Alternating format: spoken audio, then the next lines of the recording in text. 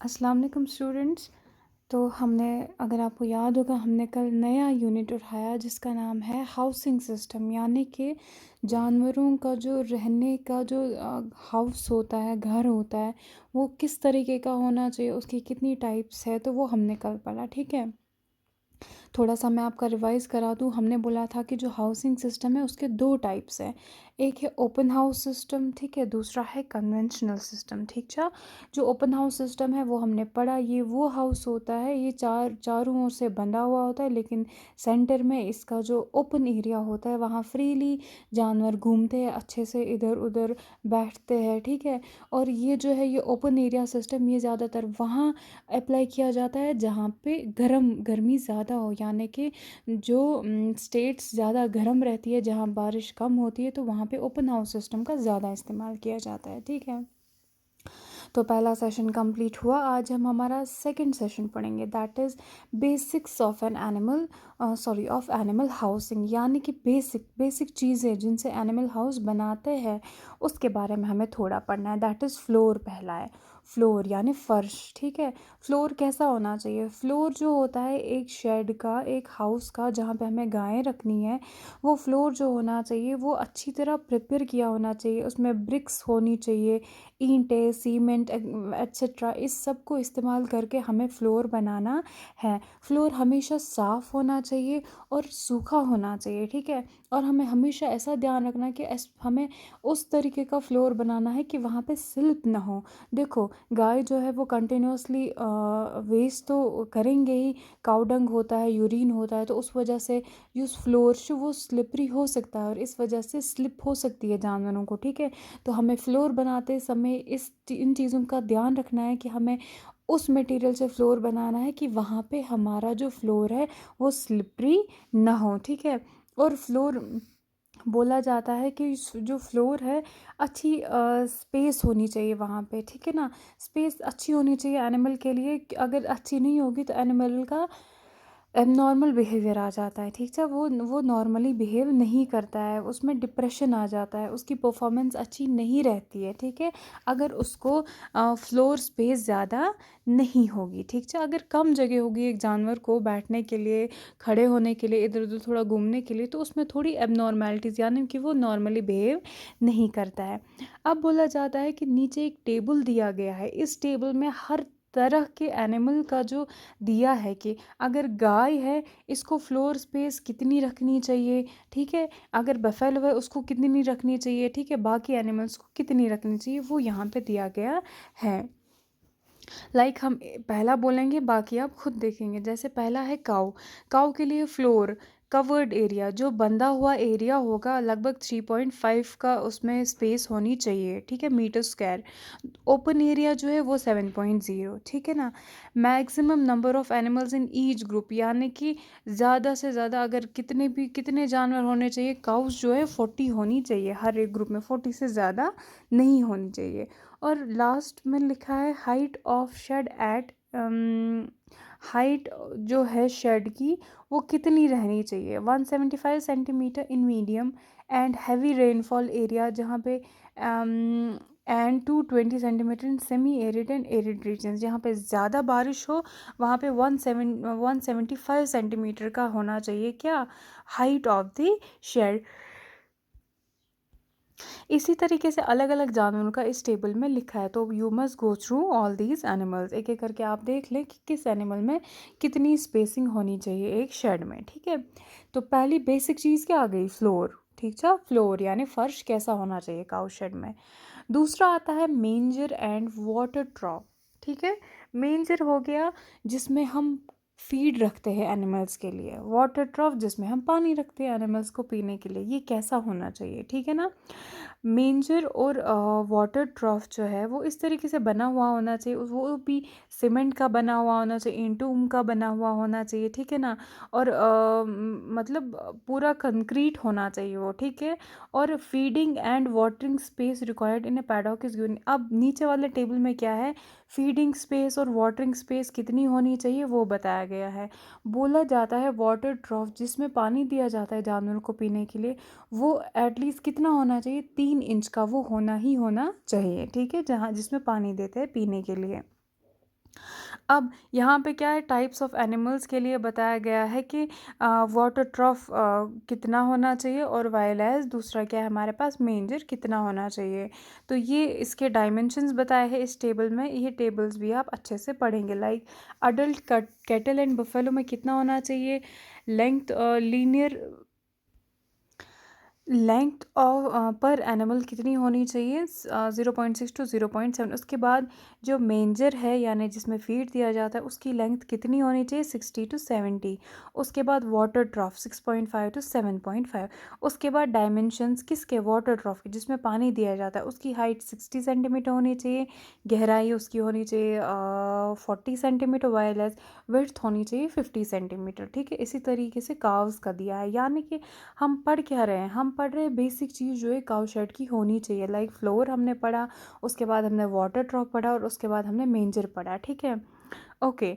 Now comes the resting area. Resting area किस area को, ये वो एरिया होता है जहाँ हम एनिमल्स को रेस्ट पर्पज़ के लिए रखते हैं। ठीक है, जहाँ पे अच्छे से आराम करते हैं, दिन भर बैठते हैं, धूप सेकते हैं। ठीक है, रेस्टिंग एरिया जो है ये इज़ अ बिल्डिंग और space where cattle can rest और lay down on a dry bed. जहाँ पे सब सूखा होता है, ठीक है, वहाँ कुछ गीला नहीं होता है, ड्राई बेड होता है, वहाँ पे एनिमल्स को रेस्ट करने के लिए दिया जाता है। वहीं वहाँ पे घास फूस होगा, लेकिन फीडिंग और वाटरिंग के लिए वो रिस्ट्रिक्टेड एरिया होता है, वहाँ पानी नहीं होता है और वहाँ इनका फीड नहीं होता है, वहाँ इनको आराम के लिए टाइम दिया जाता है, वो जगह होती है फॉर रेस्टिंग पर्पज़। ठीक है, ओके। ये आ गए फ्यू बेसिक चीज़ें हमें हाउसिंग सिस्टम की। उसके बाद हमने पढ़नी है benefits of loose house.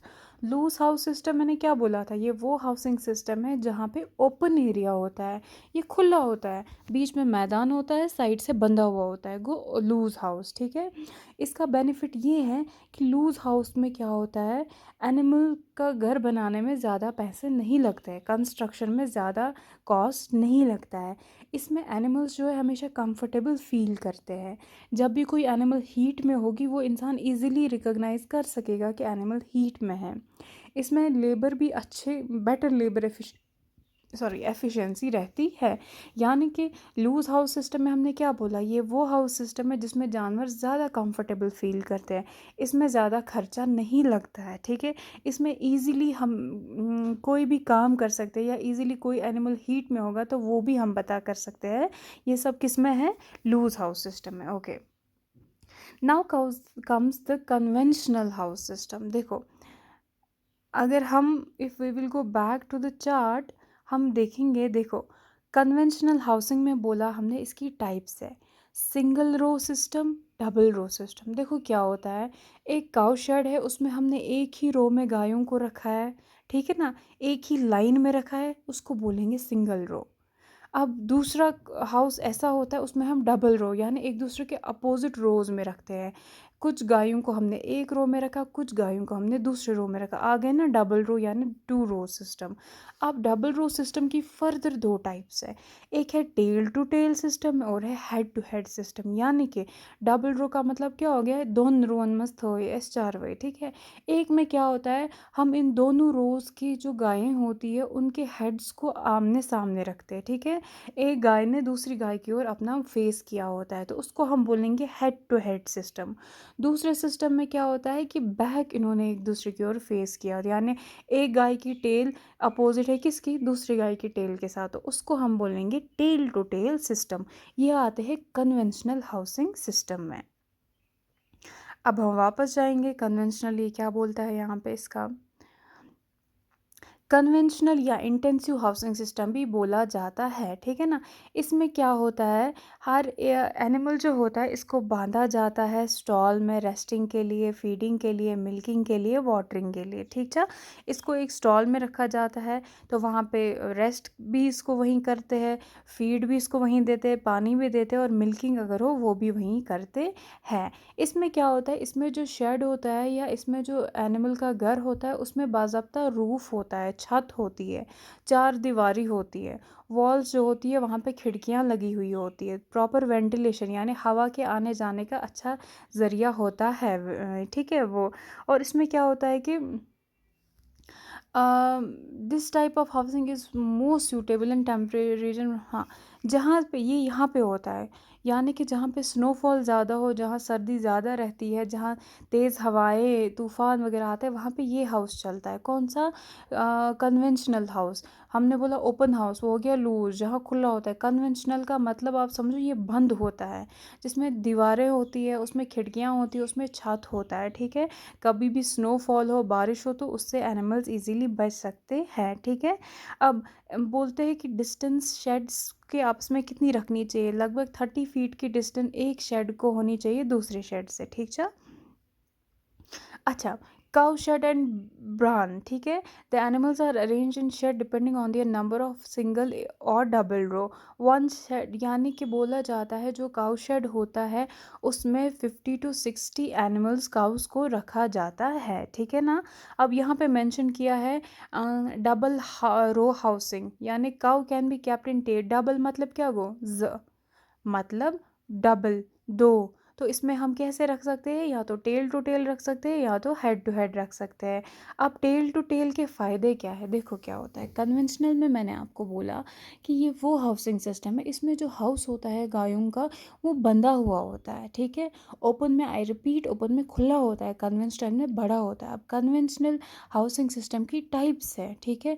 Single और डबल, ठीक है? सिंगल तो पता ही है, उसमें सिंगल रो में रखा जाता है। अब डबल में क्या होता है? मैंने बोला हेड टू हेड और टेल टू टेल रखा जाता है। अब देखो टेल टू टेल के फ़ायदे क्या है? देखो ये एक इमेज दी है जिसमें टेल टू टेल रखे हैं एनिमल्स को। देखो इनका बैक आ गया ना एक ही साइड से। जब टेल टू टेल जो होता है इसमें जब भी हमें काऊ डंग कलेक्ट करना हो वो ईज़िली इंसान एक ही ईज़िली काऊ डंग को साफ़ कर सकता है, निकाल सकता, क्योंकि देखो इनका बैक अपोजिट में है, यानी एक दूसरे के सीध में है ना?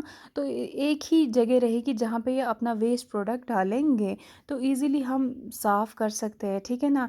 कभी मिल्किंग, दूध लेना हो गायों से, वो भी इजी हो जाता है इस तरीके से, ठीक है? इससे क्या होता है, और ये फ़ायदा इसका ये है कि डिज़ीज़ जो होती है ट्रांसमिट इससे नहीं होती है, ठीक है? प्रॉब्लम्स इन हाइंड क्वार्टर, कुछ भी बैक साइड से एक जानवर को प्रॉब्लम हो वो ईज़िली पता चल सकती है। तो ये आ गया कौन सा system? Tail to tail system. Now comes the head to head system. Head to head system में क्या होता है कि एक जानवर को आसानी होती है जब वो जाता है ना एक शेड के अंदर, उसको आसानी होती है उन छोटे छोटे स्टॉल्स में जाना। देखो यहाँ पे इमेज में दिखाया गया है, यानी कि इनको ईजी रहता है to get into their stalls, ठीक है? फीड करना इजी रहता है क्योंकि एक ही तरफ आपको बीच में से निकलना है और दोनों गायों को एक एक करके फीड डालना है, तो फीड जो है वो इजी रहता है, ठीक है? और इसमें क्या होता है, अगर कोई भी विज़िट करे फार्म को तो एक इंसान इजीली देख सकता है इन गायों को। यानी कि ये दोनों सिस्टम जो है हमारे पास, ये दोनों जो सिस्टम है हेड टू हेड और टेल टू टेल, ये दोनों फ़ायदे हैं, ठीक है? इन दोनों के फ़ायदे हैं। तो ये आगे हमारे पास हाउसिंग सिस्टम। होपफुली ये आपको समझ आ गया होगा। अभी हमारा जो यूनिट है ये सारा हाउसिंग के ही रिलेटेड है, ठीक है? तो अब कल जो हम इंशाल्लाह पढ़ेंगे उसमें भी हम हाउसिंग के ही रिलेटेड कुछ पढ़ेंगे।